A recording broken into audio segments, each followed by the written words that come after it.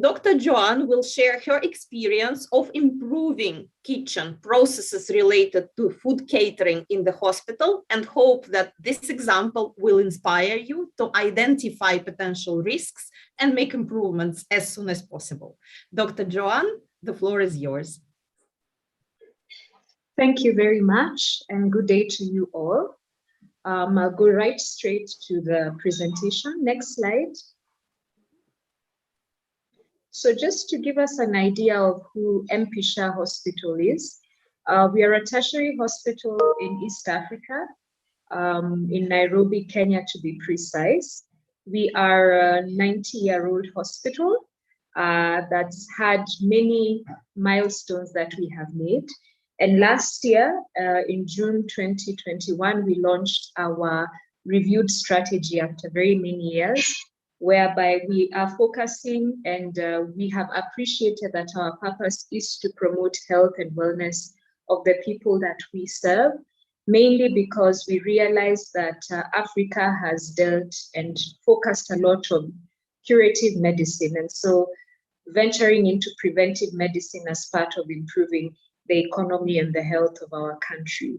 Our vision is to be a premier patient-centered tertiary healthcare institution in East and Central Africa, and we are committed to providing excellent healthcare every day. This is guided by values whereby we seek to be patient-focused, innovative, and COVID really reminded us that we have to find ways to cope, because sometimes we may not be able to reach out to partners who have ordinarily supported us. Trustworthy, collaborative, and this is one of the efforts that we are involved in sharing, in learning, in improving the standards of care that we're giving. And finally, compassionate, so that even as we treat our patients, that we put our heart into it. Next slide.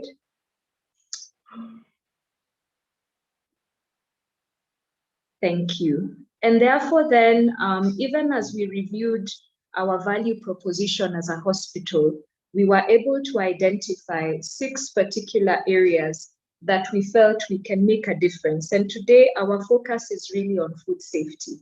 So looking at the quality of service that we give, looking at the affordability of this service, looking at the specialties that we focus on, the facilities and equipment that support us and act as tools to help us deliver this care, to look at the number of locations and what impact that has in ensuring standardized care, to support our staff to be the best in the market, and finally, to invest in technology. Therefore, looking at food safety, we appreciate that it's paramount for all healthcare settings, and for us being an inpatient setting, this was very key. One, because it's part of the treatment modality, the kind of food that the patients eat. We have patients who have unique needs, whether they're diabetics, hypertensive, patients with chronic kidney disease, where we have to monitor, or obese patients where we have to help them start the transition towards weight loss and healthy living.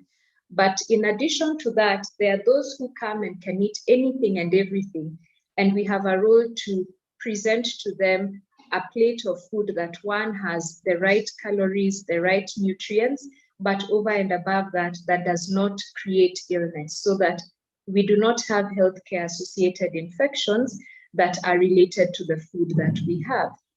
Therefore, we appreciated that food safety practices are very important in the hospital to ensure that that quality of service is achieved and delivered to the patient.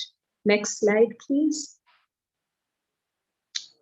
Therefore, just to give us a peek into our journey as Mpesa Hospital, I've not been here very long, but my team members who have been here for years, 30, 35 years, share about how the older kitchen, we would cook with firewood, we wouldn't have enough space to be able to do the work that we required to do. It was squeezed, we didn't have storage space.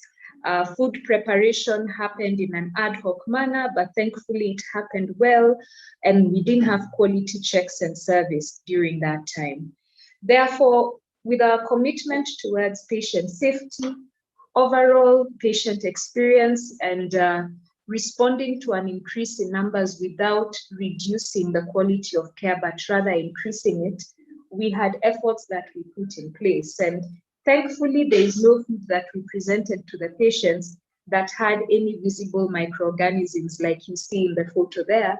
However, we did have spaces and preparation areas that may have had some spillage and all, which we needed to look into. Next slide. And therefore then, as we looked at the journey that we are taking, we decided to look at it in a threefold manner. One, we needed to review the structure and see, do we need to continue cooking with firewood? And therefore, one of the challenges we had was being a hospital and coming from the old way of thinking, support services were not given a priority in terms of financial support. Secondly, we needed to think through an appropriate location to put this kitchen in line with then proposed infrastructural plans that were in place, and to see how we will be able to fill the skill gap in food safety with the teams that we had on the ground. In regards to the process, we appreciated that there was poor accountability in the procurement process, both at capital expenditure level and the consumables. There was poor meal planning, therefore we were not able to deliver services in good time. There was inadequate orientation of the team on the ground, and therefore different people will deliver different kinds of meals to the patients. In regard to our product, our kitchen was ill-equipped to be able to deliver the services in a timely manner. We had a very rigid menu, which meant that patients many times would be frustrated if they asked for something out of the menu. And I will say that our services were dinosaurs, so they truly reflected the age of the hospital. Therefore, then, next slide, we had to think through what are the solutions, and I'll just run us through them, and then I'll take us through a pictorial journey of where we have come from. The first thing was we had to get board buy-in so that we could get both financial and project support.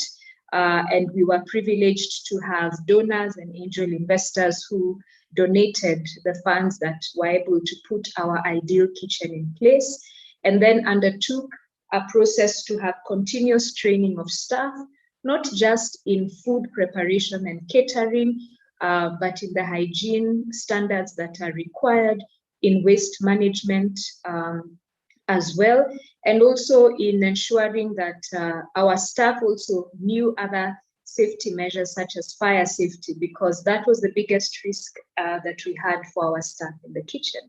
Next slide. When it came to process issues, we had to review our procurement process and asset management and train the teams on what that looks like, what is their role, who is responsible for what, so that we could have accountability along the process.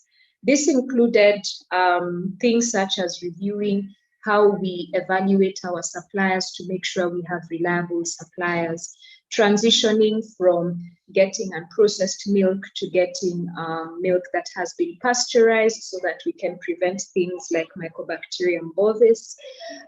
It also included getting into accountability. If I have a knife, I must be accountable for the knife. Is it the right knife that I'm using? Second thing was a just culture training, whereby we also had to train our teams on accountability. If something goes wrong, we stopped looking at an individual, but looking at the system and saying, this food came late. Why did it come late? Instead of saying, waitress Joanne is the one who did not respond to the patient, it was more of what was expected.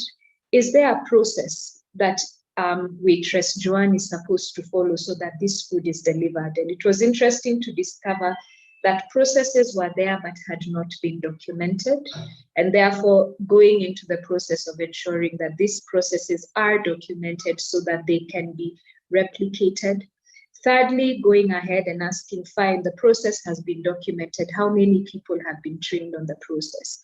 And to know that they have been trained, to have a log or rather a training sheet so that we can be able to say, yes, waitress Joanne attended that training, because as human beings, we know we have selective amnesia for memories that are not very appealing to us.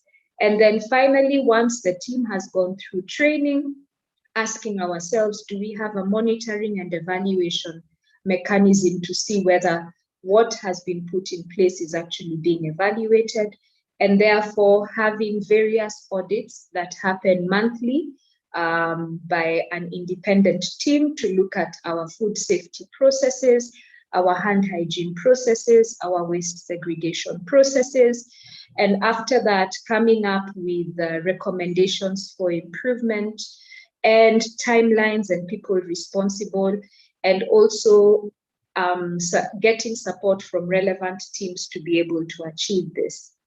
As you have heard me say, those are some of the steps in the hazard analysis critical control point. So adopting some of the principles of HACCP, adopting Kaizen principles in 2015, the hospital invested in this so that we could indeed be sure that we are reviewing the processes. So first, ensuring that our surfaces are neat using the 5S principles. Secondly, ensuring that our stocks are managed well using the Kanban methodology. Thirdly, ensuring daily accountability through daily hurdles and daily Kaizen boards to review. And then finally, adopting green practices. This we have picked up, I think, more of last year, where we are weighing what is going out as waste, comparing with what came in, and then also having it collected for recycling or to be converted into manure for uses in a useful manner. Finally, ensuring that we have an orientation program and visual reminders in various places so that our staff don't have to keep too many things in mind. They can always look and remember what is required of them. Next slide, please. In regards to our product, we reviewed our food preparation process and ensured that we have allocated the areas for cleaning, ensuring selection is done. And for us, being a hospital that is founded by the Social Service League, many of our patients are vegetarian, and due to cultural and religious reasons, we have a vegetable kitchen and a non-vegetable kitchen. So for us, selection has gone to the next level, evaluating that cooking is being done not just in the right way, but using the right temperatures. And then finally, what needs to be chilled is being chilled in the right temperatures. And then looking at service as well, that food is being served in the right way. And right now, just slowly, as we walk our journey, looking into investing in trolleys that can also keep food warm so that we don't have to keep microwaving it all the time, especially because you may take the food to the patient, but the patient is not ready for the meal. We reviewed our menu based on the feedback we had received from our patients, and also being realistic about what is available, and keeping in mind that we needed to ensure that we provide seasonal vegetables and fruits so that we can avoid using a lot of genetically modified foods. And then finally, being patient-centric and responsive to the patient needs, so that now even as our waiters and waitresses go to the food, to the patient, we are able to take feedback. If there's something they're not happy about, we are able to go back to them. Our head chef and our catering manager are able to go back and find out what is required, why weren't you happy with what we gave you, and respond appropriately. And where, for example, we have had patients requiring bigger portions of food, and we know the diagnosis, involving the clinical team so that we can have counseling and support of our patients. Next slide, please. So I will take you through a pictorial view of what we were. So the first picture on the left shows how congested we were as a kitchen, how we did not have proper storage. Our staff were not wearing the right attire. Our catering manager there with a lovely tie and a shirt, no hairnet, no PPE, having a wristwatch, which is a source of infection, and now having designated an area where we have storage of our things. We now have a proper store where we put our supplies and they're easily accessible. Next slide. The kitchen office was also, as I said, utilized for stores. Now you can see what the new kitchen office looks like. There's absolutely no storage of food. Instead, at the back, you can see our notice board with various Kaizen charts, Kaizen processes. It has various rotas so that we can know who's on duty, who's not. We look at 3C, which equipment is not working, where do we need to ask for help? And so this is what our office looks like now. Next slide. Before, this was our kitchen. You can see the cooking areas were made of wood with some formica. You can see we have the sink at the back there. We have gas at the corner. The floor is wet. You can see the garbage bin that is draped in black. You can see a cooking pot that is dark as evidence of using firewood. And now on your right, you can see our new kitchen, where now we have different preparation area. The cleaning area is different. We have whiteboards, which are white intentionally so that we can also monitor the level of our cleaning. You can see our bins.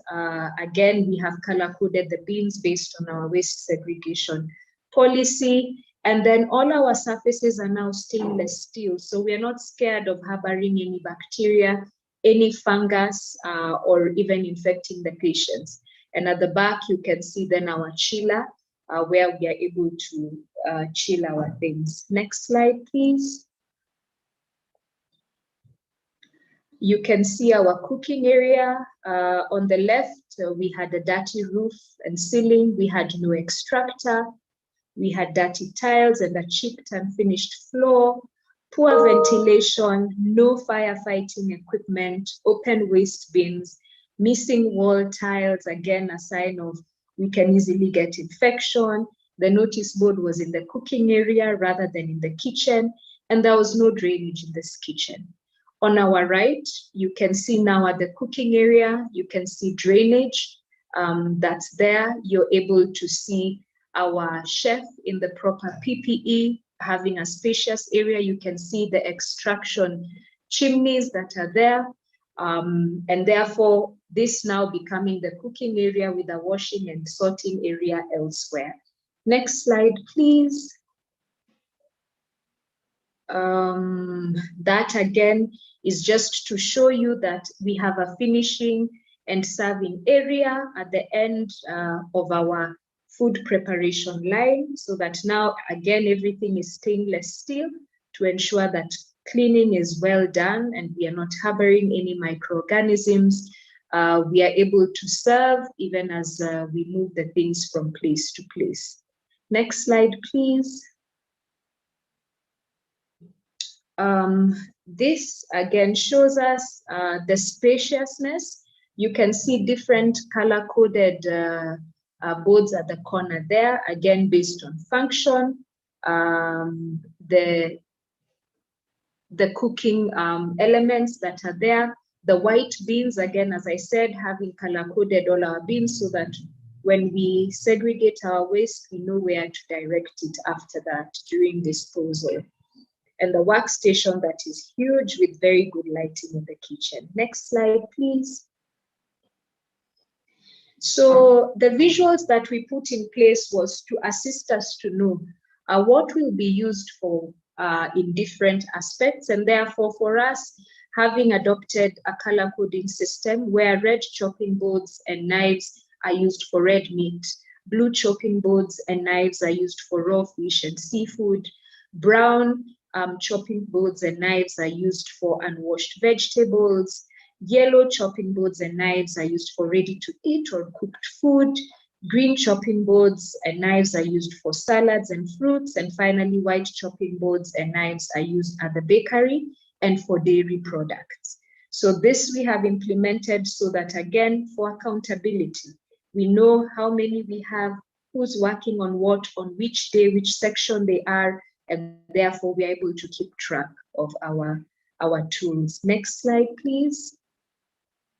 Dedicated color code for kitchen waste. This is white. You won't find white bins anywhere else in the hospital except in the kitchen and in the kitchenettes. Next slide, please.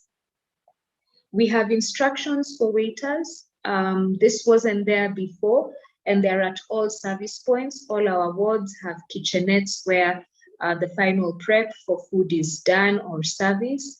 And therefore, we are able to guide and ensure that the care or the service that's being given to the patients is standardized, that we will identify ourselves and get to know how the patient is, confirm the meal choice, confirm that correct meal items have been loaded onto the trolley, transporting the meals safely, presenting them to the patient, and confirming again that when the meal is done, we can remove it, removing cutlery and crockery, and finding out what the patient experience is. As we said, our biggest value is to be patient-centric, and so not assuming that because we delivered what you asked for, you automatically are satisfied with our offering. Next slide, please. And therefore, what lessons have we learned as a hospital? One, it is a journey. We are not yet there. We are still yet to invest in the trolleys that can be able to maintain the temperature of this food so that we don't keep reheating. It takes determination and teamwork to get this done, and it pays off. We can already see the results. Top management and board support is key to the successful implementation of these initiatives, and we need to involve them. And it takes a team, and frontline teams cannot be left out of improvement. They drive the process and have a big role in determining if the improvement will happen and if it will last. But more importantly, because they're the wearer of the shoe, they especially know what it is that we need to do that will make a difference. If you are determined, you can do it. Next slide, please. Next slide, please. I know questions will come later. And I just want to acknowledge the members of our team, our head of support services, Mr. Riaz, our quality improvement coordinator, our catering manager, our head chef, our infection prevention control manager, the whole catering team. This is a very small bit of it that was available because of the way we run in shifts. And finally, our engineering department that keeps all our equipment working, supports us in repairs and maintenance, and our housekeeping team, without whom we would not have a clean and tidy kitchen and would not be able to save our patients from any healthcare associated infections. Thank you, and any comments and questions are welcome. Thank you very much, Dr. Joanne. Speaking about questions, we will have a separate question and answer session after all our speakers finish their presentations. So, dear audience, you're welcome to type your questions now in questions and answer section or in chat if it's more convenient for you, but we still ask you to use a question and answer button to ask your questions. And before we move to the next speaker, I just wanted to sum it up a little bit. So first of all, thanks a lot, Dr. John, for very inspiring examples and lots of practical tips. Basically, these tips demonstrate that in food safety, in kitchen, in hospital, there are no trifles. Everything matters, even the knives you use for the patient's food. The PPE, the personal protective means staff are working in. The way you segregate the waste and what color buckets you use for the waste. how you distinguish vegetables from milk and eggs and meat, that it all requires a designated place, how you store your food, and what furniture you are using. What is it made of? Is it steel, which is easy to clean, or is it wooden furniture, which we see in lots of hospitals? And of course, in order to improve your kitchen, you need to start with gap analysis.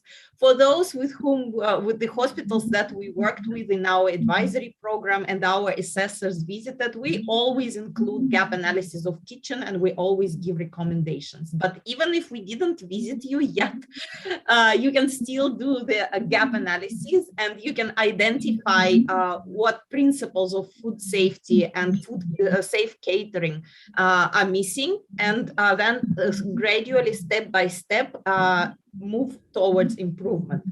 And now we will be talking about actually the principles of safe catering. And our next speaker is Natya Mgeladze, Global Lead for Food Safety from IFC. Natya, the floor is yours. Thank you, Yulia. Let me just share at the same time my presentation. I'm trying to now find. Could you see that or not yet? Hopefully it's coming. Yeah, okay. Not yet. Not yet. Okay, let me just once again try.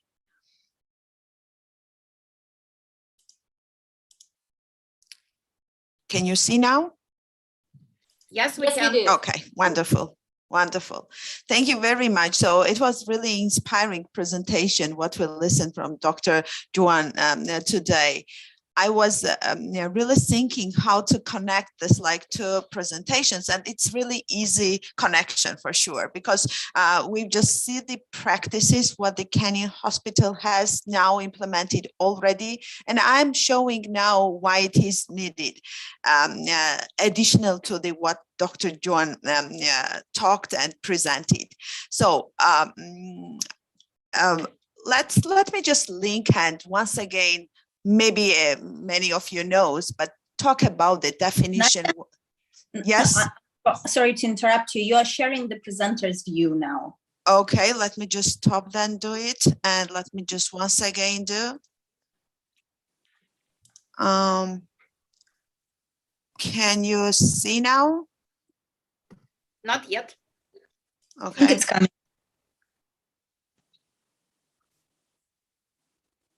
Is it coming? Actually, it's disappeared. So can you please try? Okay, let me try again then. Let me try again. So same time, I will just continue so that not wait our participants to listen.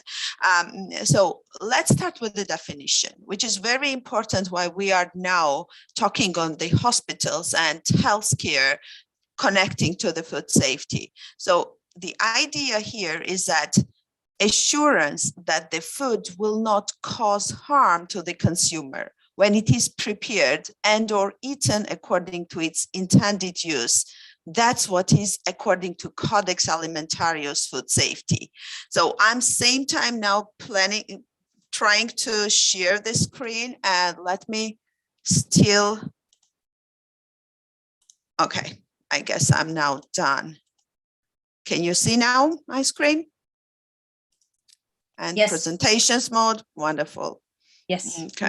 This is perfect. Okay, great, perfect. Thank you so much. Okay, so we've just seen that, understand that according to this definition, what we see right now, which is Codex Alimentarius definition, we see that food safety is absolutely linked to the consumer's health. So when talking about the specific cases and outbreak, what was happened worldwide, like last, let's say 10, 20 years, because before it might even not be as much evaluated or checked or reported. So we decided to put for you like 8 cases here. I'm not going to go deeply with all of them, of course, but what I want to say, all excluded the one what I'm showing here, the France case 2021, all that cases affected the consumer of food, and some of the people even died for taking that particular like food prepared on that by that companies, or in that cases. Just only one case what I want here now highlight, that is the 2080 case in South Africa, which was the problem and food safety outbreak became of listeria. And the code of this outbreak, we are calling it listeria hysteria outbreak. In that 2080 cases, 216 people died because of they eat the meat prepared in like one of the company, which is Tiger Food. So why I'm just highlighting 2080 case? Even before what you see here, including like China milk scandal case, which was in infant formula where 6 children died. 2080 was really very shock for all the food safety experts, food safety authorities, and in worldwide, not only in South Africa. So why? Because of even having some preliminary steps implemented in the process, or having this food safety system, there still came that very negative consequences, which finally killed 260 people. So the reason was listeria, and the reason was not just particularly foods and meat itself, but listeria which came from the environment. So now linking to Ms. Joanne's presentation, when she's talking about how housekeeping or cleaning, sanitizing is important. So I just want to link to this case and say that in this particular case, the problem was not well cleaned and well maintained ventilation system from where this listeria were spread around. So not talking too much on the outbreaks, and you see how much we have now presented, but there is hundreds. Let me also move to the next slide and say that looking to all that problems, World Health Organization provided 10 facts on food safety, very important sheet. While they are evaluating and understanding that in 1 year, there are more than 600 million illnesses because of foodborne diseases. And there is around 420,000 deaths per year because of food diseases. And that all affects approximately 110 billion in loss of productivity, because it's all related then improved healthcare system. Patients need to go to these, take medications and go through the different kind of activities. The important here is that more than 200 diseases are spread through food, and there is that some specific vulnerable people are hardened for these foodborne diseases other than other groups. The important thing additional here I want to highlight is that we know that foodborne diseases could be also treated, but the problem here is that sometimes some harmful bacteria are becoming resistant to drug treatment. So taking into this account, we all, not only the food safety professionals and not only the people who are taking care on catering or food like businesses, it's everyone had their own role to play in keeping food safe. We as the experts, consumers at the group who need to take care, check, label, and take the food according to its intended use only. So here I want to show, when we are talking about the hazards, what kind of hazards we are targeting. And for food safety, one of big direction, it is biological hazards. I'm sure Professor Harmesh will be talking about the microbiological aspects in food. But here, let me just simply highlight that biological hazards could be not only microbiological hazards and microbes, but could be also viruses, parasites, which time by time affect like safety of the product. It could be raw material as well as final product. There are chemical hazards, and for chemical hazard, we are like segregating different directions. One is which is toxins which can come naturally in food. For example, you might heard mycotoxin like aflatoxin in some food, or patholine in some food, or solanine, for example, in potatoes, which is naturally coming because of being there some fungicides. But there are some chemicals which could be unintentionally added or intentionally added. So unintentionally added, when we are talking, that is, for example, the same cleaning, sanitizing solutions, what's like liquids, what we are using to clean our kitchen or to clean our utensils. And if this chemical won't be taken correctly, washed correctly, then this chemical might be chemical hazard for your patients or for consumer who are taking the food. So unintentionally added chemicals, it's what we don't want to be in our food, but it's remain. But there is sometimes intentionally added chemicals.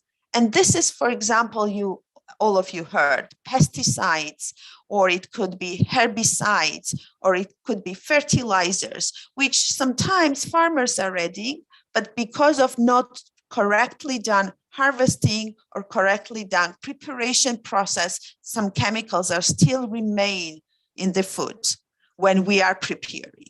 So even if we are preparing correctly, the chemical hazards could be still remain there because it's coming already from this market or from the retail chain where we are buying some, let's say, raw materials or some ingredients.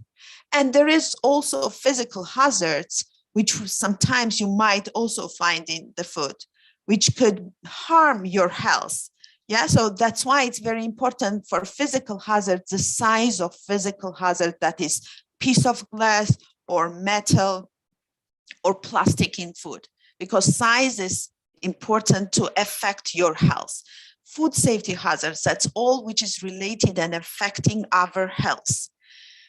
There is another very important part of the hazards, which is allergen hazards. In general, allergen hazards is like prescribed as a chemical hazard, but as an allergen has really big consequences. Even it could be, it could affect the not only the health, but even lead the any consumer who has the allergen on some particular allergens in a minute in death. That's why we are just, and the food safety like team separately putting the allergen and the hazards. Here are listed 14 hazards, which is recognized and part of this EU regulation on labeling. And European countries are regulated food allergens. And as you know, not only in European countries, but also in US, United States, or in some other countries as well, in Africa continent, in Asia, there are regulations, laws which are regulated allergens in the country.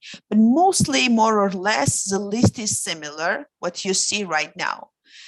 Your patients in hospital, additional to these 14 allergens, or like products, they could have allergen on some other product. So it's very important, and I'm sure the doctors, when they are writing the anamnesis of the patient, they are collecting that all information, what kind of food allergens, additional to the medical allergens on some other like medicines, specifically what food allergens your patients has, so that take care and also prepare the meal or provide the specific food according to this information.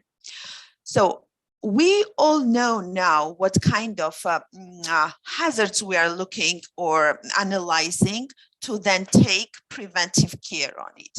And here you see some different symptoms coming from this different hazards, what could be like leading then unsafe food and can lead to foodborne diseases. The symptoms you might all know better than me, of course. I see that around 200 people are connecting, and I see that mostly all of you are from the healthcare facilities and doctors. So you all know this foodborne illnesses symptoms, what's time by time affected your patients. So important here is that what is the actions or how we should manage food safety hazards. So as I mentioned already, there are some specific requirements in the regulations or legislation of the countries. There are also international legislation. For example, European Union had their own regulation where it is clearly mentioned about the good hygiene practices, about the food safety management system and HACCP, which is hazard analysis and critical control point systems. Implementation. Additional to these European Union regulations, there are also in different developing countries some specific rules related to the implementation of hygiene practices, which preventing this all hazards or reduce or eliminate this number of hazards in the products. There is also very informative technical specification, which I'm showing now to you. It's ISO TS 22002/2. That is a technical specification specifically for catering. Here, I want to mention that while legislation and regulation, that is mandatory requirement, technical specification, what I'm showing to you, that is absolutely volunteer, non-mandatory requirements, but that is very informative and helping all organizations who has catering system. It's a medical facility or hospital, it's school kitchen, or if it's different caterings, yes, organizations, they could take it and that as the guidance document used to implement the good practices in their own facilities and kitchens. So here, I also want to mention that international healthcare providers and hospitals, sometimes they have their own quality systems where food safety and kitchen safety is part of that, their big specific requirements. So that's also possible to be used. But at the same time, I always suggest to start with the checking of local regulations on food safety, because catering practices is also in many countries covered under this general food law and food safety law. Additional to this, I want to mention here that, so what is important practices and how to prevent this, let's say, unsafe food, we are mostly looking for 3 directions. Firstly, that is question where, it's infrastructural or structural hygiene. Secondly, it is who, with the question who, personal hygiene, and how, which is operational hygiene. Let me now talk about the infrastructure hygiene. It was really nicely shown the examples of Kenyan IVC Hospital. Hopefully I'm pronouncing correctly the hospital name, the before and after pictures. So, and when we started this, looking to that slide, it was nicely show how this hospital started with the infrastructure to improving the things. So for infrastructure, we are looking for constructions, of course, but layout of the kitchen, how in kitchen, what the walls, floor, ceiling, window, door, everything what is related to the construction or layout is like provided. What the quality and safety aspect should be taken into account. As I mentioned, still in some countries there are specific regulations, which is like controlling these things. Otherwise, you could also take the specifications, what I've just shown, ISO, and just go through and understand if you are complying on that requirements or not. So cleaning, sanitizing, it's part of the structural hygiene. We talked about the utensil suitability in cleaning. So all kind of its equipment or utensils could be suitable for preparing or for having food safe, remaining food safe. Important thing is water quality and safety parameters and air. And we already mentioned about the ventilation system, how in South Africa, the company were affected and unfortunately people were died because of unsafe food finally, which came from the ventilation system, listeria in this case. So water quality and safety is very important because any food or meals what we are preparing in kitchen need to be firstly cleaned, this raw material, and also for food preparation we need water.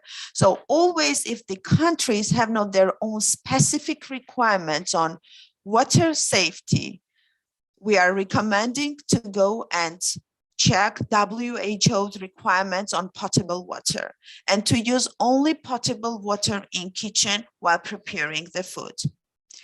We already discussed, and there was very interesting cases, examples about the waste disposals. Yeah, so how it is segregation for different wastes in different color coded waste bins.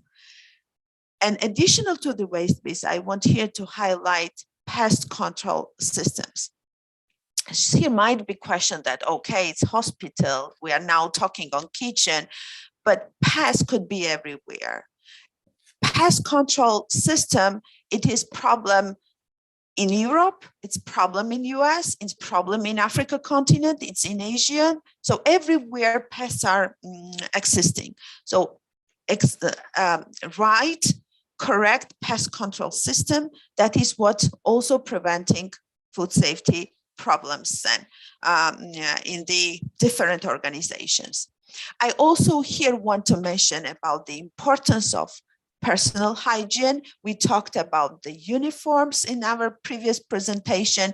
We talked about the health status, particularly to that person, it's chef of kitchen or it's kitchen manager, or it is even waiters or waitress, or even housekeeping people who are working in the kitchen and also serving to your hospital staff, as well as patients. So we mostly now highlighting the patient's role here, but in your kitchen and your meals is also like eaten by your doctors, by your nurses, and by other staff in your hospital. So everyone should be taken into account when we are talking. So operational hygiene, it's all about the cross-contamination prevention, how to prevent the food from this like contamination of different hazards. Important here is the segregation in storage facilities, segregation of raw materials from each other, as well as segregation of in storage of final products, semi-finished products, and finished products.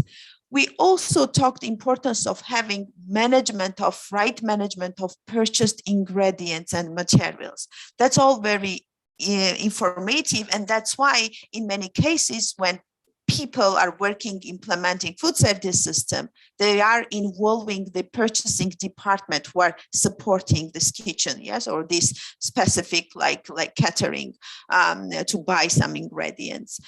And I already mentioned that taking into account that there might be some allergens and allergy diseases of your patients or any of your consumer of the food which is prepared in your kitchen, there should be informative, or let's say label of the ingredients, what is inside the food.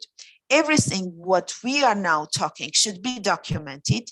There should be specific instructions or procedures how to do all this work what we are talking, and have the specific record related to this all to prove that whatever we are discussing, whatever we are analyzing is recorded. Here you see some specific prerequisite programs related particularly for kitchen, which is very important and should be taken into place. I really once again suggest to go and link all this like discussions to the ISO technical specification, which rightly and nicely provide the detailed descriptions how this process related to sewing or preparation or cooking, portioning, storing, everything what we are doing. Yeah, so in our kitchen should be put it in place and maintained. I'm now looking to the hours, and I know that so I might take longer, but it's so interesting. This all discussions and like information. I hope that you will use this all.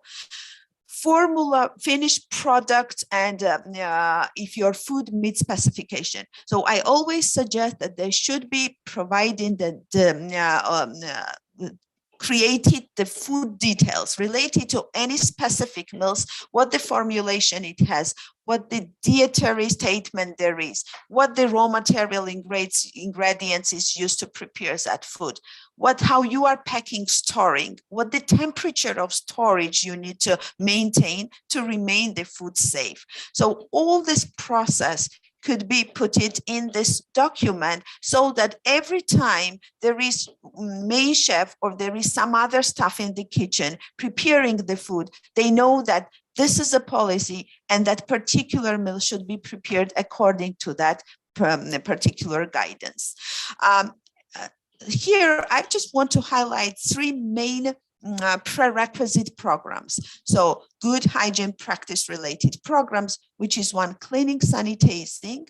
And that's, as I already mentioned, it's not only the how often we are cleaning, but it's always that what chemicals we are using when we are cleaning environment in the kitchen, including absolutely wall, floor, ceiling, window, doors.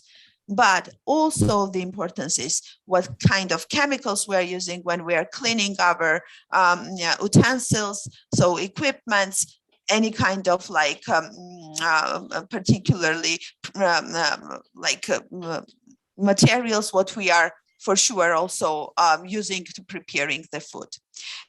So to know how the cleaning disinfection should be done, I always suggest to have staff training related to particularly all this like GHG, which is good hygiene practice programs, and particularly, of course, on cleaning, sanitizing, and disinfection. Storage conditions, we discussed how important it is to have the right temperature, in some cases, humidity control, and take out from the exposure of light some food. In some cases, you might also see the raw materials is put it outside, but that should be for sure always protected. And the important is, I guess, to take into account first in, first out, or first expired, first out process. What means that we should use the raw materials, ingredients, and all inputs in sequences, which will like get first, it should get out first, used first. Or if the expiration date is going, so we just need to use that one, which is like with a short expired date than others. For storage conditions, another what I want to here mention that we've talked about and mentioned hazard analysis and critical control point system. I for sure couldn't go through the deep and details here because for us it is like 3 full day training. But I just also want to simply provide you why we need it and how we are controlling this some specific like critical points, what is important. For example, here I have a beef meatball which is like minced meat, cooking steps. And I here want to show that additional to these good hygiene practices, I might still need to put some control points, additional control mechanisms to be sure that E. coli, which is very often could be replicated in the minced meat, is killed or reduced on that level so that like consumer or in your situation patient could eat. Yeah, so we are defining that hazard analysis. E. coli might be problem in my beef, for example, meatball. And I'm putting the critical control point. It is cooking step, which will be with the critical limit that having 75-degree temperature to be sure that E. coli is killed. Monitoring will be that someone who is preparing, checking the temperature inside the mincemeat, inside this beef meatball, and confirming that everything is right. The temperature is 75. If we see that it's not, then the corrective action should be taken. And let's say the kitchen chef or kitchen manager is coming and checking if this all steps is maintained. So verification is different with the monitoring. And what we are all discussed that should be also keep in the records. So records keeping is very important, not only for HACCP principles, but also for all prerequisite programs, hygiene programs, what we discussed. Now, for this all, the role of leadership of the hospitals or management's role are very important. One person could not implement HA system, and we very nicely see with the example of Kenya Hospital, where we saw the catering unit was a different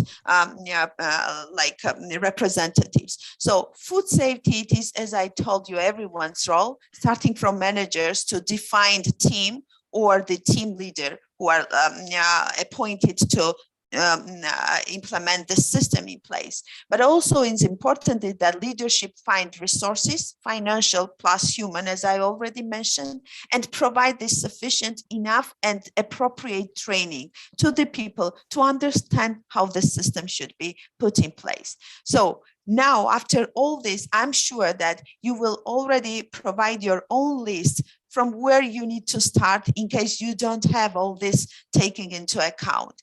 But here, let me help you also and share some of the materials which IFC Food Safety Global Team developed. We will for sure sharing this presentation and you will see yourself. There is already prepared template from where to start and how to move forward to implement the practices. Here are also the link to the visual reminders about the prerequisite programs, which you could take and use. And I'm also here providing some checklists, which you could get to do the gap analysis on the food safety in your catering unit, and also not only in catering unit. So taking into account your storage, it might be segregated and separated. So this checklist will also give you possibility to do full food safety analysis in your location for your facilities. So now here, let me stop, and I hope that we will have questions later, and I'll be ready to respond. Thank you. Thanks a lot, Nadia. This was great. Lots of useful tips and even partially answering some of the questions that we already received. One of the questions was how to do the gap analysis. So here you are. We will share the presentation tomorrow with you, and you will see all the links to all the materials that IFC Food Safety team developed, and you will be able to start your own journey towards improving the safety of food preparation and operations. So just a few highlights, because I'm just becoming conscious of time. Before we move to the next speaker, just a few highlights from the previous presentation, from the previous speaker. So we need to focus again on all the little things that include infrastructure, that include human capital in the kitchen, that include operations. Again, there are no trifles. So we need to have to organize proper infrastructure because it's the basis. Basically, the easier, the more compliant your infrastructure is, the more simple processes and safer processes you can build. Imagine if you store your food in certain conditions which are not 100% right, then you need to compensate all the time. Check that the food is still fresh. Check the expiration date. But if you organize storage properly from the very beginning, then it's much easier, saves a lot of effort. And of course, team approach is key. Every single staff member in your kitchen matters. Every single member has a role. And this is something that comes as a red line from the previous presentation and the presentation of Natia and the presentation of Dr. Joanne. Every single staff member has to contribute to the general quality improvement in the kitchen and improving the food safety. And now we move to the third speaker, that is Professor Hamza Al-Qadiri from the University of Jordan. And Professor will be talking about the experience of developing and implementing food safety principles in Jordan. And this was an interesting experience. So Professor, over to you, please. Yes, thank you. Let me share my presentation.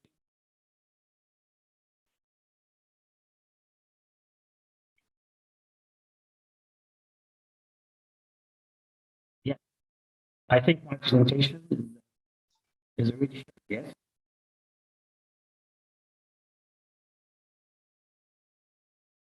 Can you hear me? Yes, we can see. Thanks a lot. Yeah. First, I would like to welcome all of you. And, sorry, Professor, can you speak a little bit louder because the volume is not great?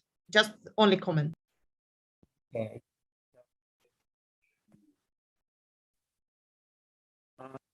Right now is okay. The sound is fine. I think maybe a little bit closer to the microphone because it's too quiet.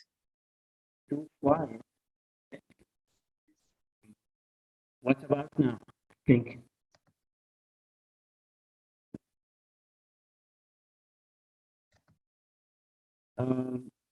This is the maximum, I think.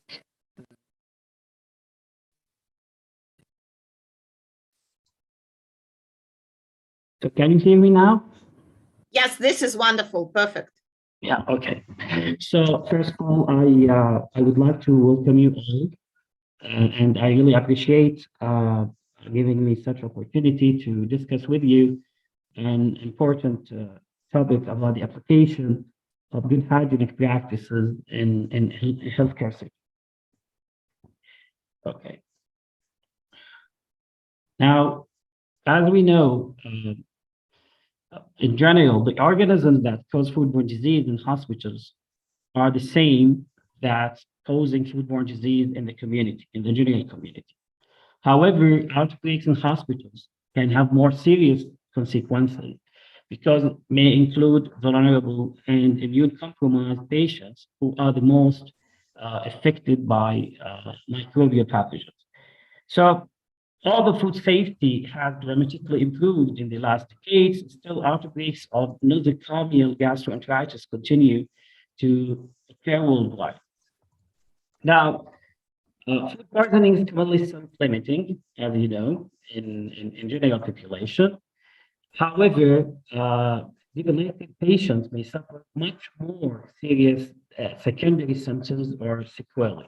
So in this case, children younger than 5 years of old, adults, immune-compromised patients, pregnant women, still be the worst affected, and this in hospitals outbreaks of foodborne disease are recorded regularly. So the outbreaks may result from breakdown in only one step of food safety control measures, and there are multiple routes of transmission, including the most important, which is the fecal oral route, ingestion of aerolized vomitus, indirect contact by contaminated environment services. So at the best, foodborne disease outbreaks in healthcare settings are inconvenient, but at worst, they are life-threatening. Now, we'll show you some facts. The first fact is hospital staff, including clinical staff, are affected frequently, causing major disruption to services. And here, thousands of working days lost and costs can run into several hundreds of thousands of pounds. The second fact that food handlers can cause outbreaks as well as be victims of them. So why do food handlers who are symptomatic continue to work? One reason is almost certainly to do with pay constraints. The third fact, inadequate kitchen staffing levels may lead to outbreaks. So poor training, lack of knowledge and precautions, low wages, and lack of support from managers. So it is ironic that very high standards of working are required to prevent outbreaks of foodborne disease in hospitals. Number four, it is apparent that high-risk foods continue to be served to high-risk patients. And the two clearest examples are the sandwiches and raw shell eggs. So risk foods may include undercooked meat or poultry, eggs, seeded vegetables, sprouts, and those are responsible for the most salmonella outbreaks. The other fact is that most outbreaks could have been avoided by application of good hygienic practices, application of HACCP system, and application of the food safety management system, ISO 22000. So better attention to hygiene, both personal and food hygiene, and adherence to HACCP principles would have prevented many outbreaks. So over the years, the outbreaks investigations have been published. The same issues have arisen again, which are poor hygiene, inadequate cooking, unhygienic handling and storage of food, failure to ensure that food supplied to the hospital in the first place was of appropriate quality. Now, foodborne illnesses can be caused by bacteria, by viruses, by protozoa, by helminths, by toxins, or by chemical, physical, and allergen contaminants. Now, the most important foodborne pathogens that are easily transmitted through the food can cause severe illness, such as, according to our experience here in Jordan, salmonella, Clostridium, Shiga toxin producing E. coli, which is the E. coli 0157H7, Vibrio, Listeria, Campylobacter, Shigella, even hepatitis A, Giardia, and Cryptosporidium. Now, noroviruses are considered the leading cause of epidemic gastroenteritis in both healthcare and non-healthcare settings.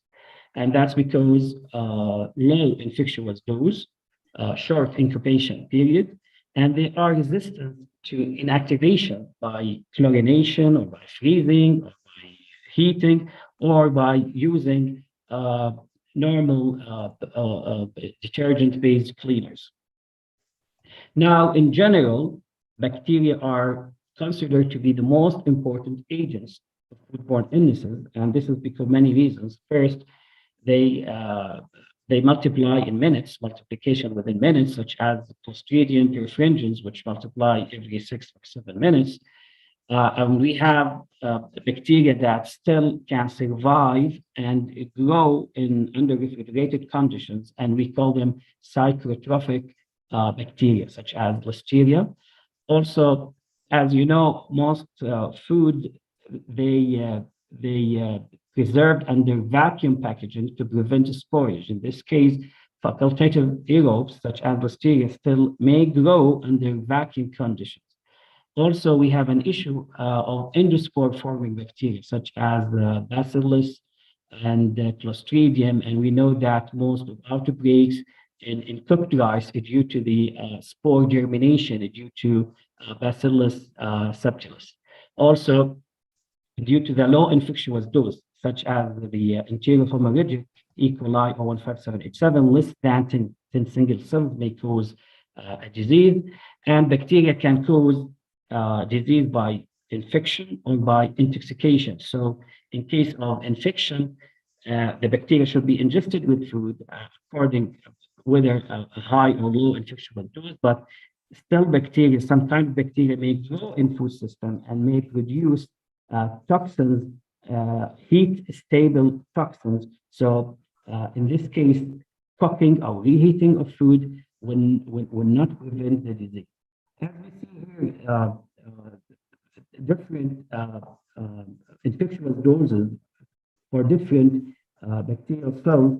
And as we see in case of enterohemorrhagic, let's say a bacteria 10 to 1,000 single cell enough to cause disease. Salmonella, let's say 1,000. However, when we are talking about hamburger, chocolate, or cheese, the infectious dose reduces because the fatty material may protect the bacteria from gastric juice, and then the danger in eating food such as hamburger, chocolate, and cheese increases in hospital due to the low infectious doses.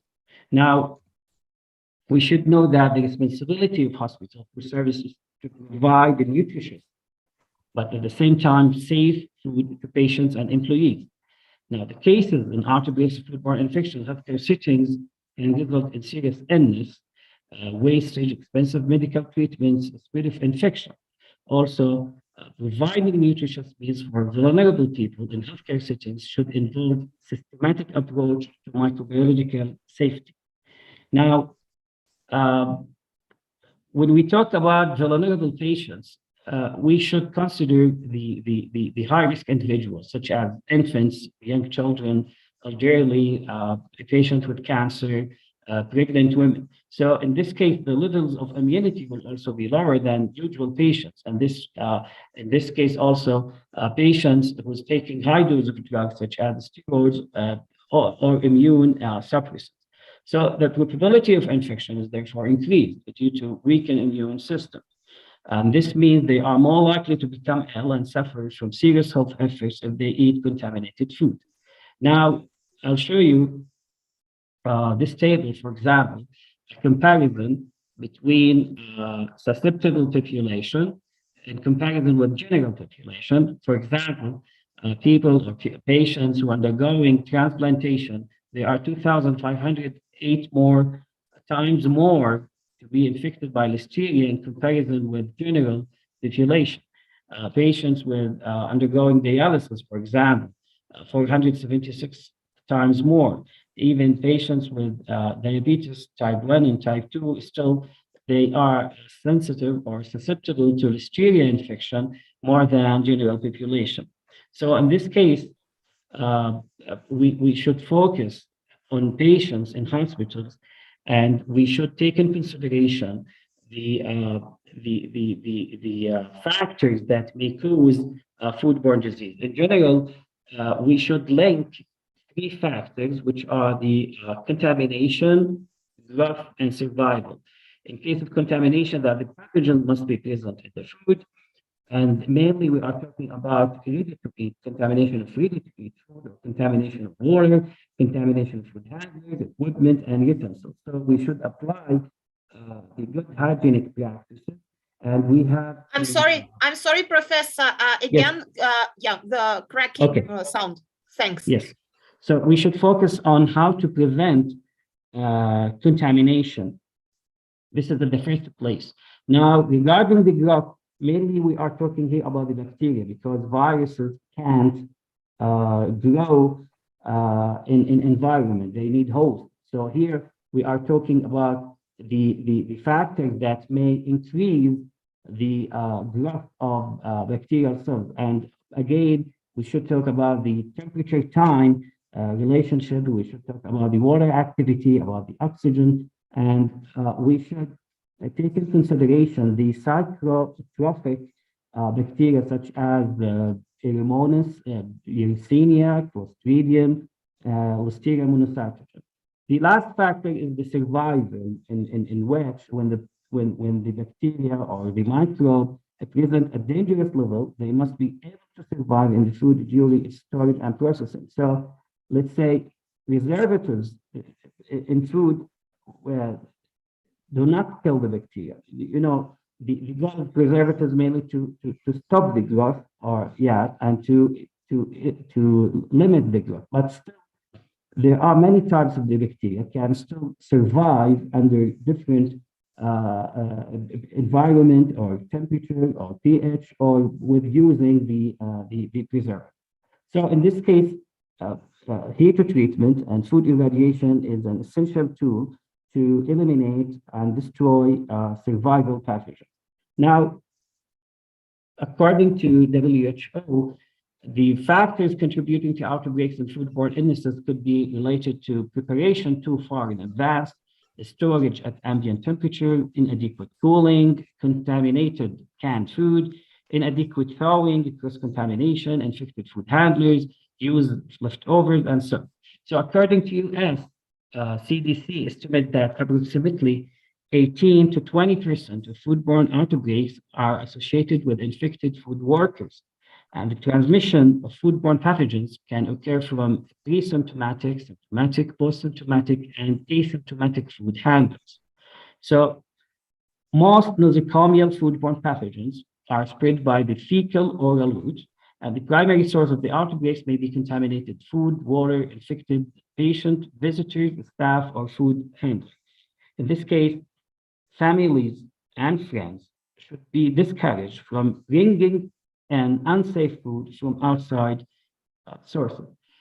Here are the triangle that link the agent, which is the pathogen, with host, with symptoms and infectious dose and toxin, with the environment.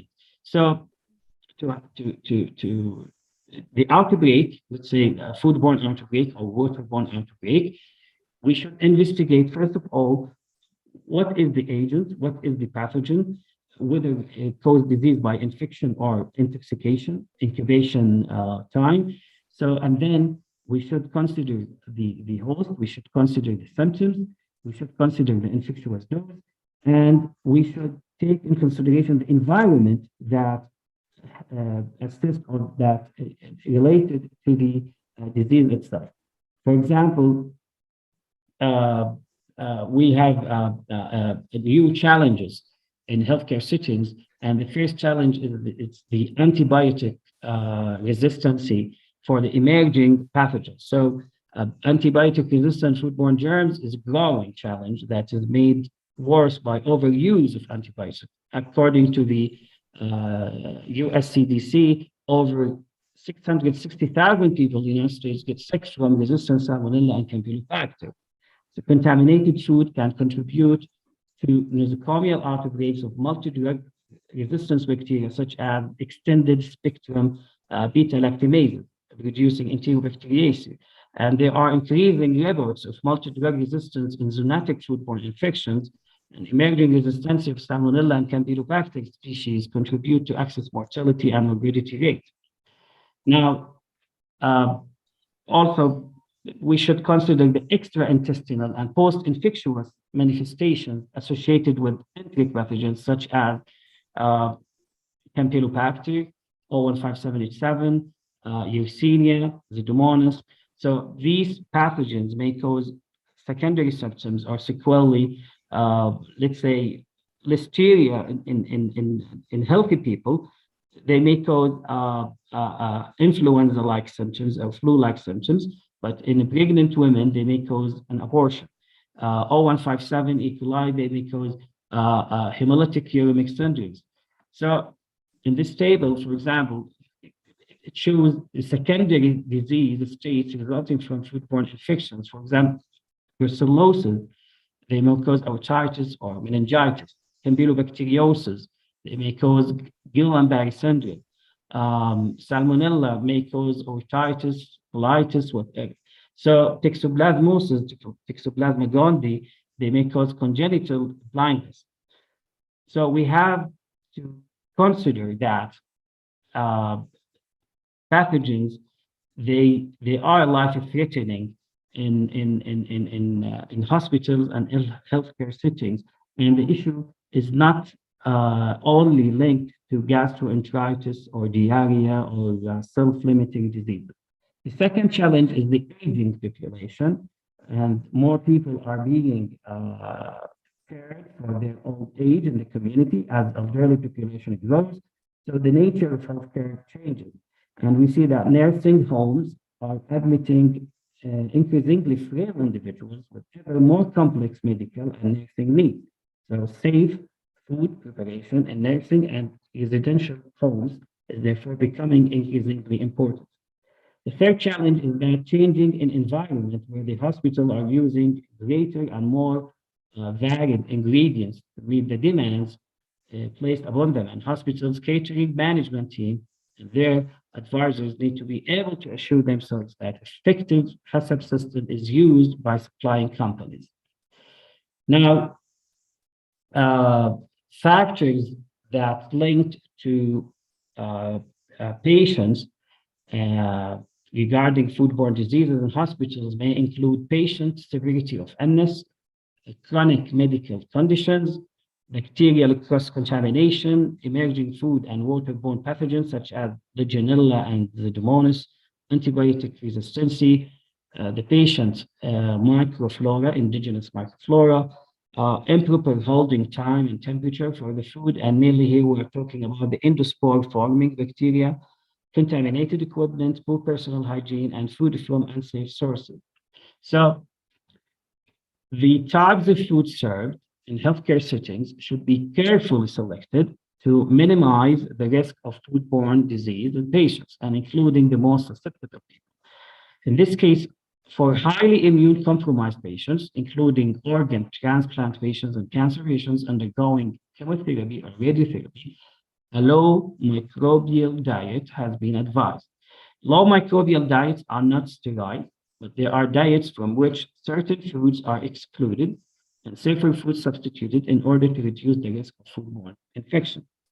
Now, low microbial diets also introduced only for neutropenic patients when the neutrophil count falls less than 500 to 1,000 multiplied by 10 to the power 9 per ml. The basis of low microbial diet is to avoid raw or undercooked meat, eggs, non-pasteurized milk products, unroasted raw nuts, delicatessen food, pepper, and raw and non-disinfected fruits or vegetables.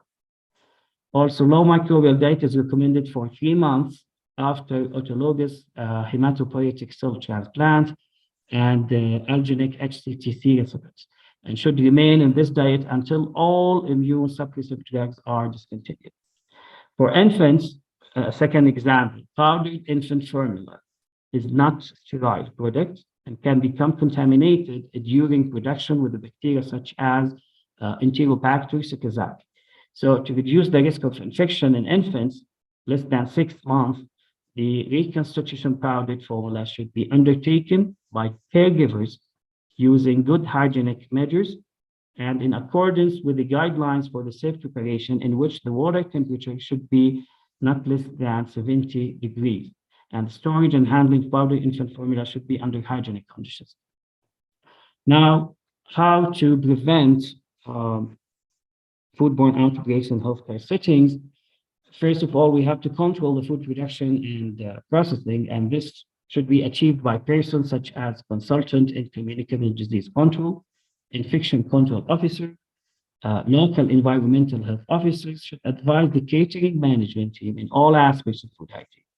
And it is important to ensure that suppliers of foods to hospitals have in place a food safety management system such as ISO 22000.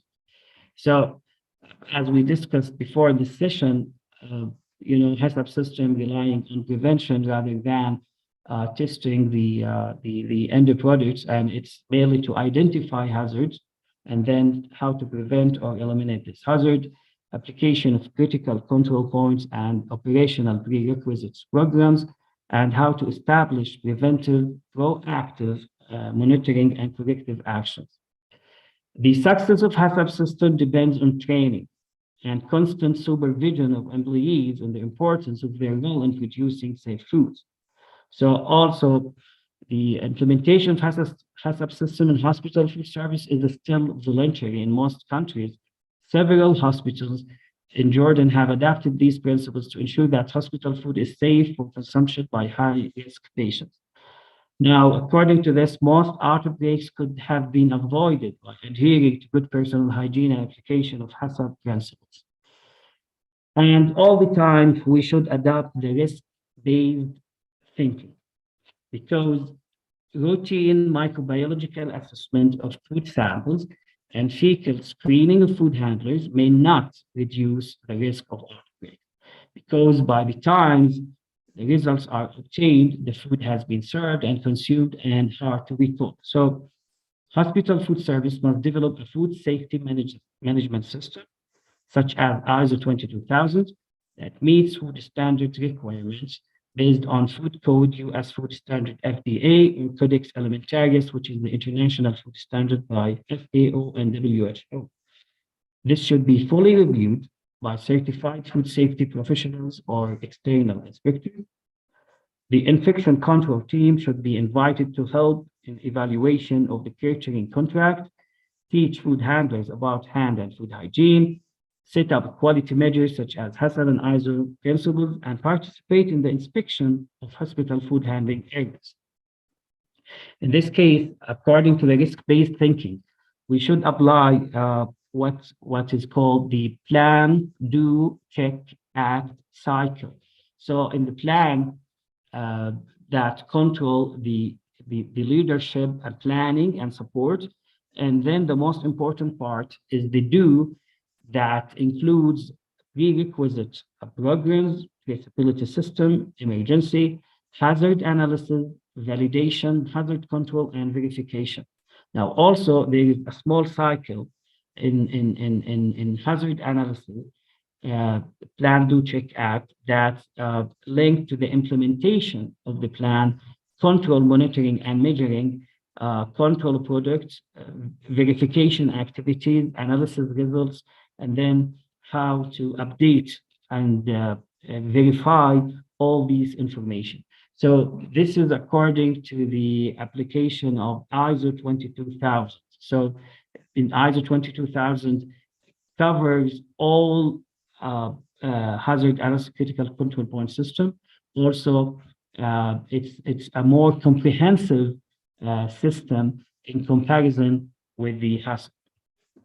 Now, these are the 5 keys, issued by WHO, and these are general, principles to prevent foodborne outbreaks, and we should apply the WHO 10 golden rules for the safe food preparation that include choose food processed for safety, cook food thoroughly, eat cooked foods immediately, use safe drinkable water, reheat cooked foods thoroughly, avoid contact between raw foods and cooked foods, wash hands thoroughly and repeatedly, keep all kitchen surfaces meticulously clean, protect food from insects, rodents, and other animals, and store cooked foods carefully.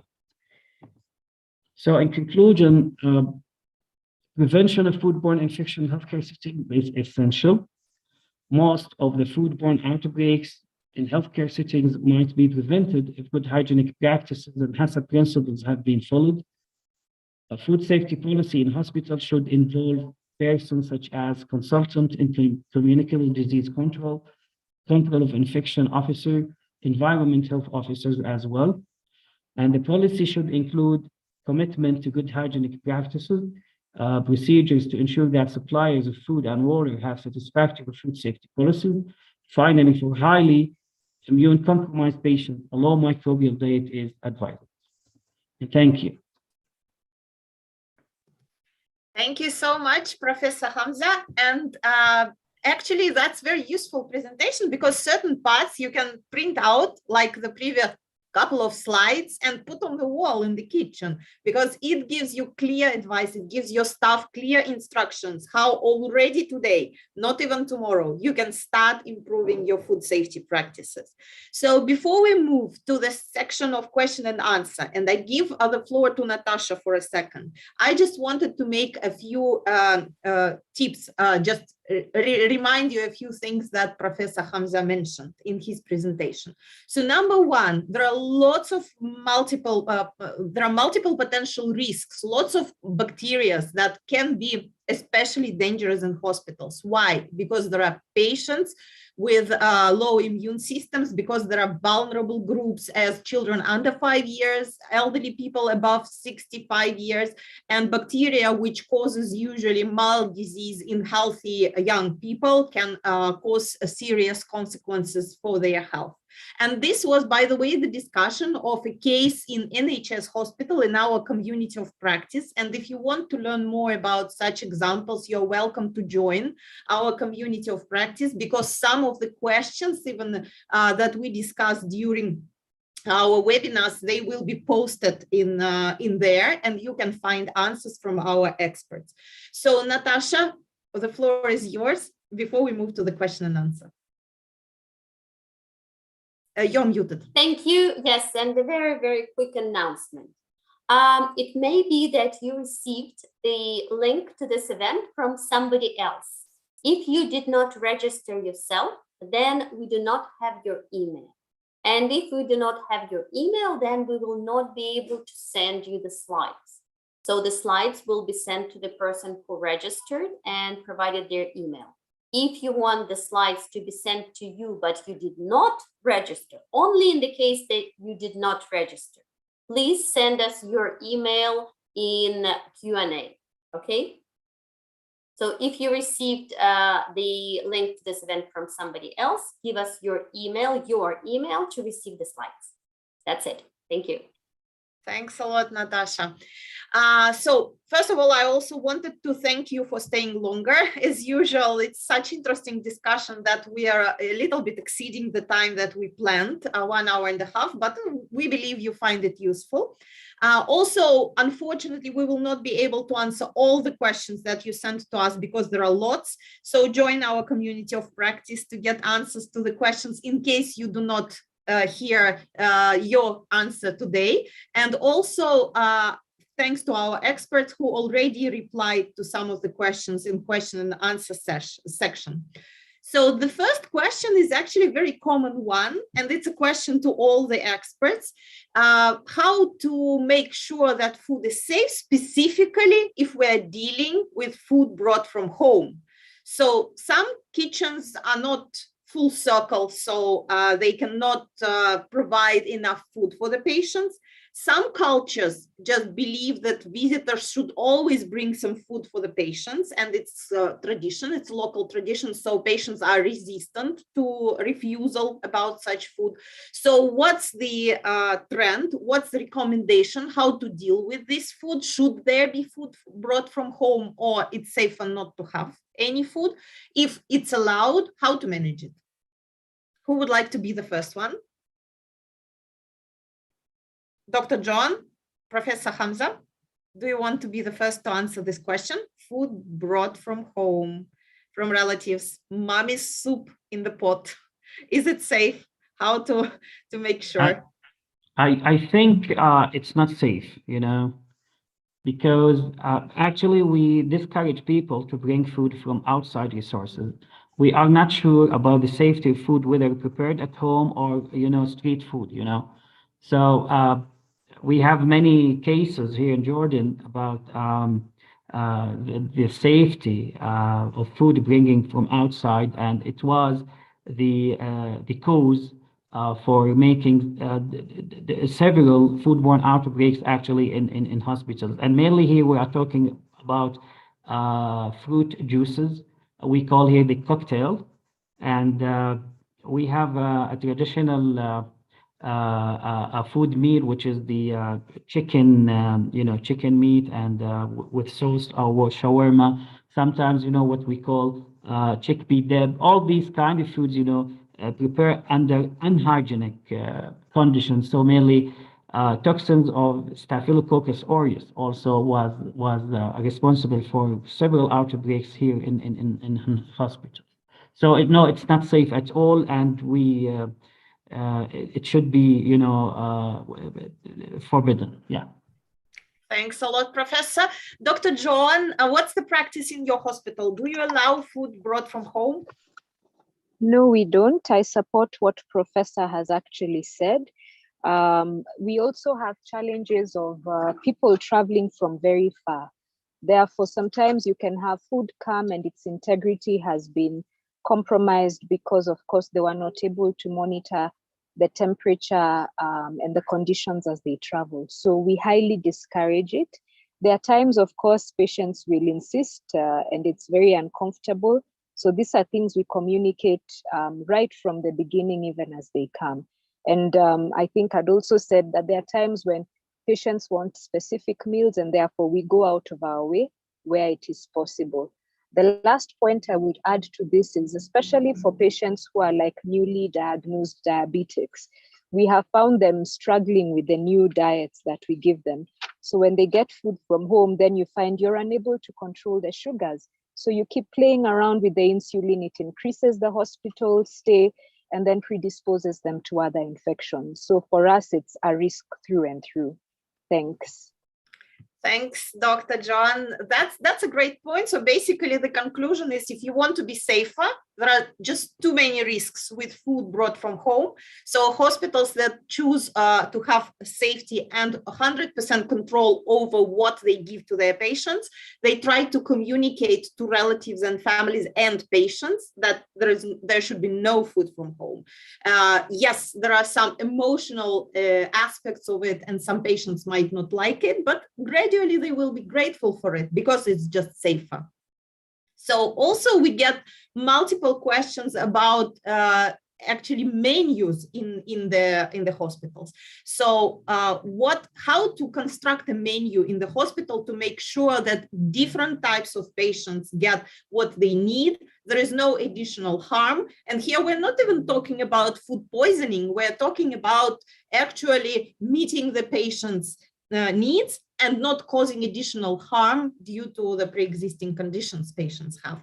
Diabetic patients, other diseases, gastrointestinal diseases, etc. How to develop safe menu. Dr. John, how did you manage this question in your hospital? So for us, we looked at what are the commonest conditions that we have.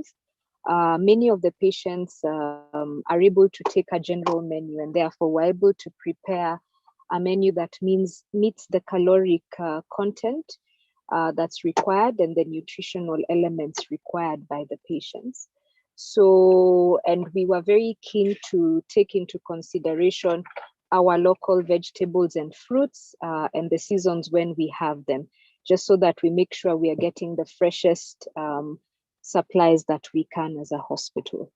Then secondly, when we looked at the conditions, many of our adult patients, we have many who are diabetic or hypertensive. Therefore, we were able to also craft out menus that will be able to respond to those particular nutritional needs for these patients and chronic kidney disease as well. For children, crafting exciting menus that are nutritious as well and easy for them to eat. That's another very unique group. And then for the others, because the number of patients we don't have a critical population, the others we go based on the need. So if there are patients, for example, in ICU who require maybe a low protein diet or a high protein diet, or depending on the medication they're taking, we need to watch out for the reactions with the medication, then we are able to tweak the diet based on that. So that's how we went about it. And then for us, because of the huge population of non-vegetarian, we are very conscious about making sure that we meet their needs while doing all this. Thank you. Thank you very much. Professor Hamza, do you want to add anything to this point before we move to the next question? I don't think so. you know. Okay, so then the next question is to you actually, so do not mute yet.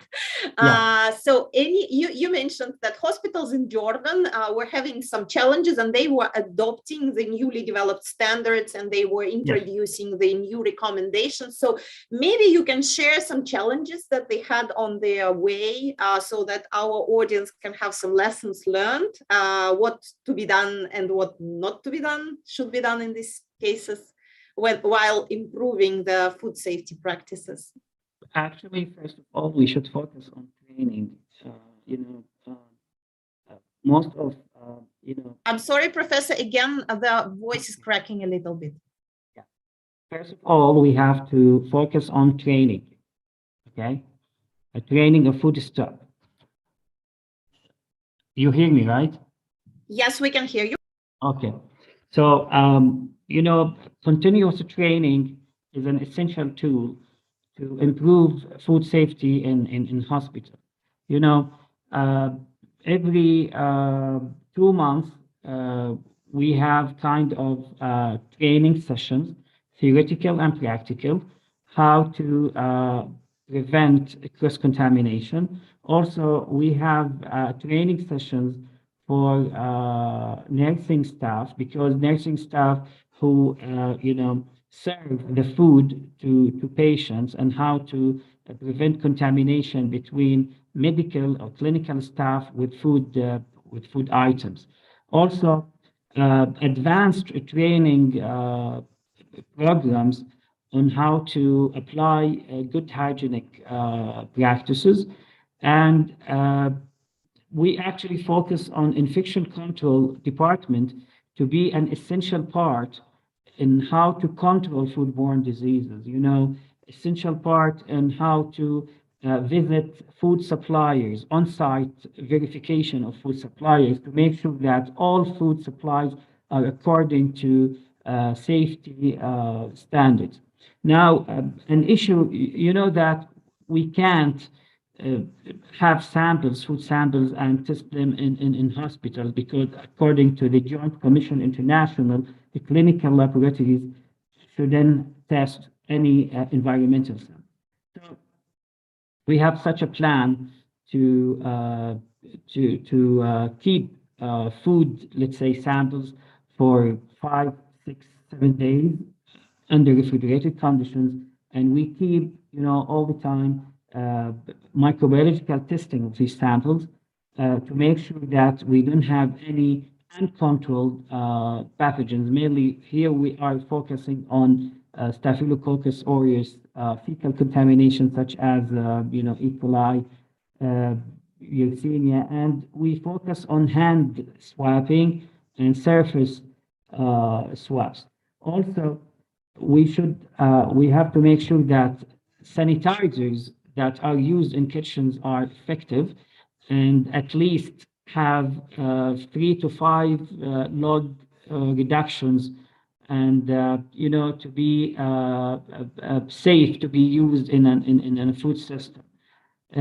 We have many restrictions to access the kitchen, so visitors or staff or whatever. So we have strict regulations how to access the kitchens. Also, we have regulations on how to control the temperature, and food shouldn't be kept more than an hour at room temperature. So whether it should be refrigerated or keep hot before serving.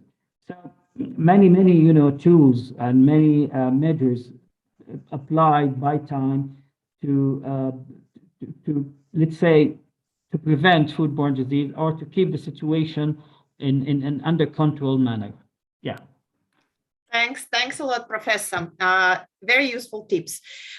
So we will take just a couple more questions and then we will be wrapping up. Unfortunately, we are running out of time, although it's such an interesting discussion, of course, and there are lots of things we would have liked to discuss. But let me assure you, lots of things will move, if not addressed today, will move to our community of practice, and there will be posts on these issues related to food safety. So next question, I think, will be more to Dr. Joanne. one, and it's a tricky one. And we received it several times from different people. So changing kitchen for the better requires resources. First of all, financial resources, and especially for hospitals that do not have yet full circle kitchen, how to manage this, where to get resources, and is there any compromise really? Is it like, are there any quick wins, any solutions that can help those who do not have huge budget for this? So, because you're right, it requires huge resources.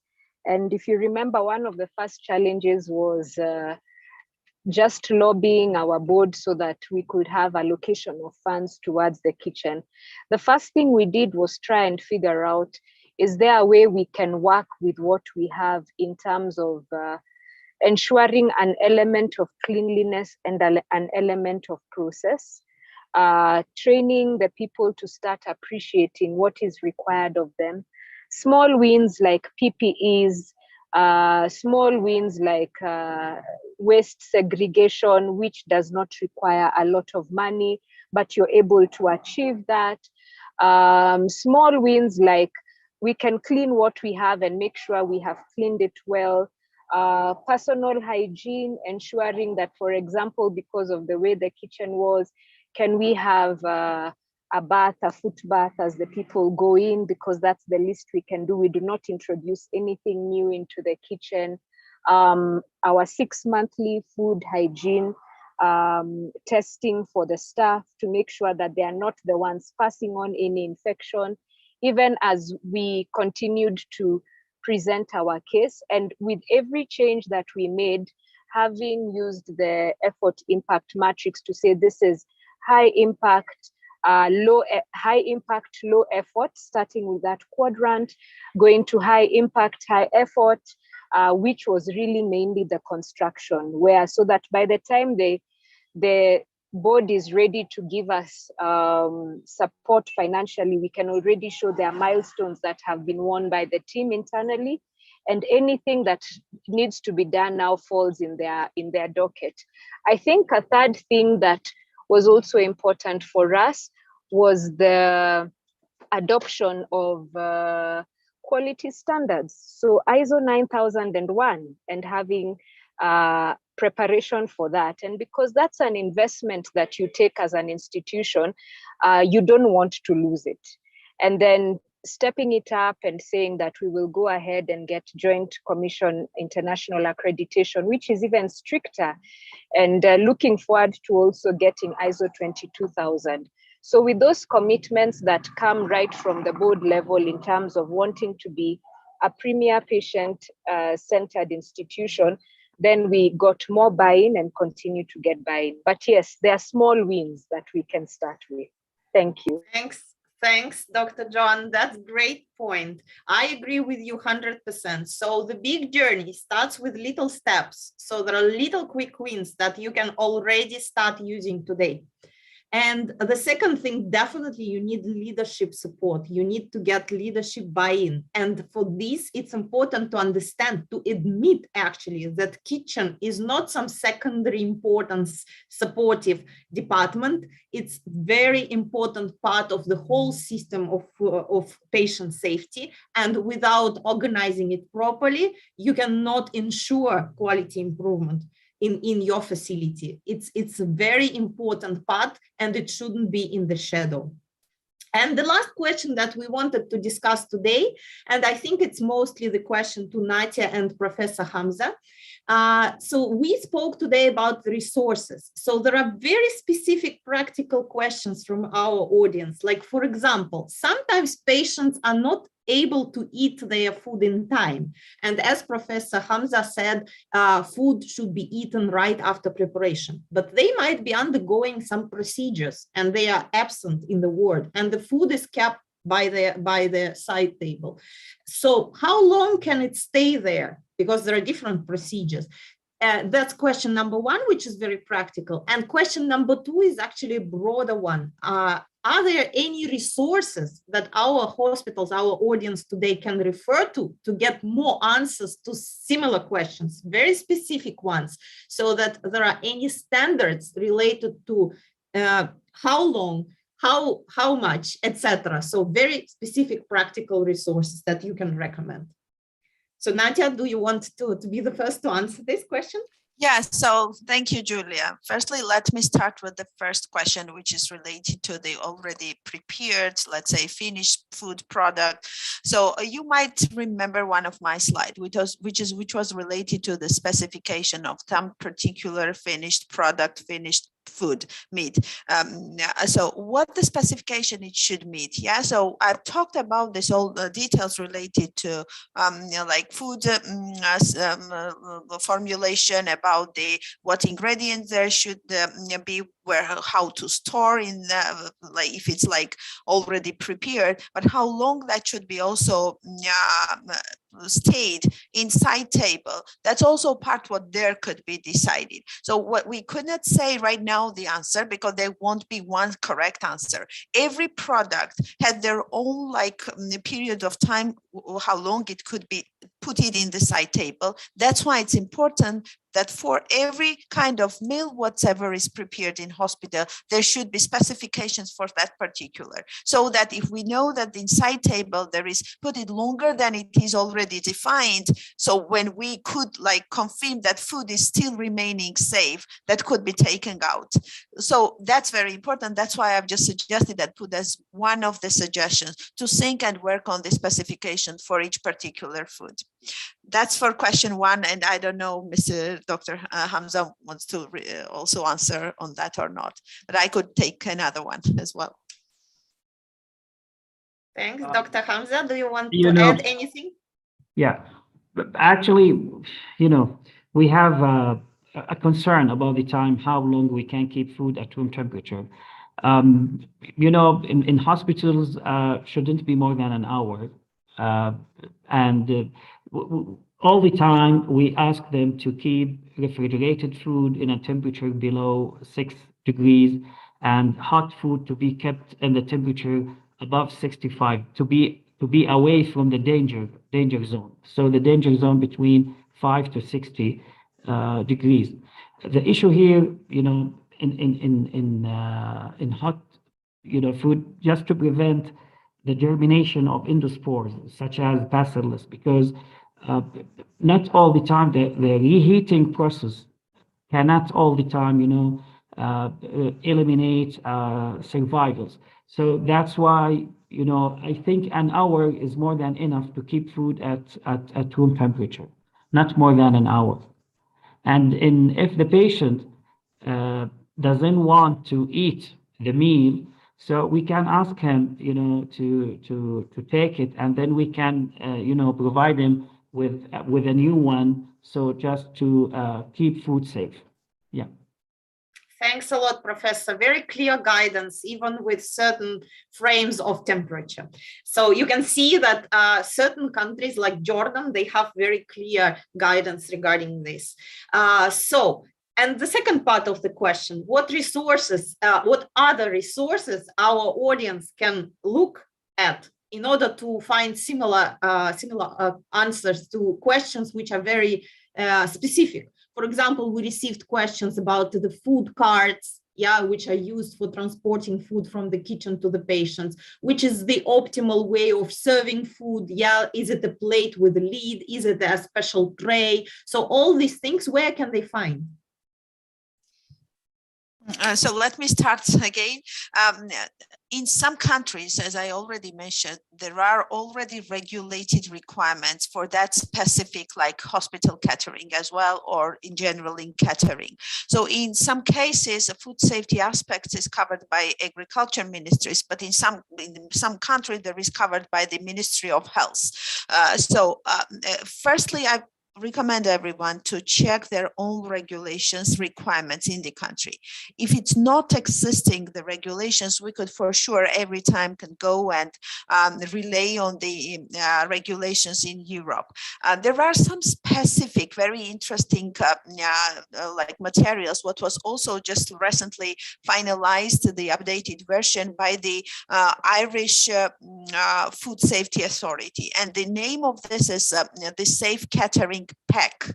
I provided in my presentation the link to that record book. It's providing all details related to what there should be taken into account when we're looking to the catering pack, catering aspects. There are some other sources which could be for sure find in our materials what I'm sharing, but specifically related to the what kind of what quality of, let's say, card, what was asked in our questions here, could be used. That could be defined by the particular hospital and particular regulations in that countries where the hospital is located. For sure, we're always suggesting the stainless steel materials to be used, what is in link and any kind of food related aspects. But for cart itself, there might be not specific regulations related to the stainless steel material carts. Yeah, so that should be regulated in some countries. If it's not regulated, I suggest to look to the European requirements. Thanks a lot, Nadia. Professor Hamza, anything from you on this before we conclude? I totally agree with Dr. Natalia. Totally agree. Thanks a lot. So basically, we will share the presentations of our speakers. There will be useful links and resources mentioned. You can look there. And also you can use for other trendsetters, global trendsetters that were mentioned today. So I wanted to thank our wonderful speakers today for their insightful presentations and lots of useful practical tips. I wanted to thank our audience for being with us today. It's always a pleasure to have you, for asking your questions actively, for staying longer than we planned. It shows that you really appreciate what we're doing, and that's so pleasant for us.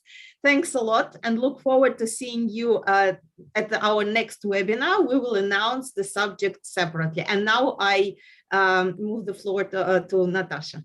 Thank you, Julia. Thank you for being the face and the voice of our webinars. Thank you for summarizing the speakers and notes, and it's very good always to have you here. So for those of you who are disconnecting, don't forget to fill out the survey on exit, please. We do want to hear from you, not just your names, but what you thought about our webinar. And if you received the link to the webinar from somebody else and not from our system, registration system, then please indicate your email in the survey on exit so that we can send you the slides. We can send the slides directly to you and not only to the person who shared the link with you. Thank you and have a good day.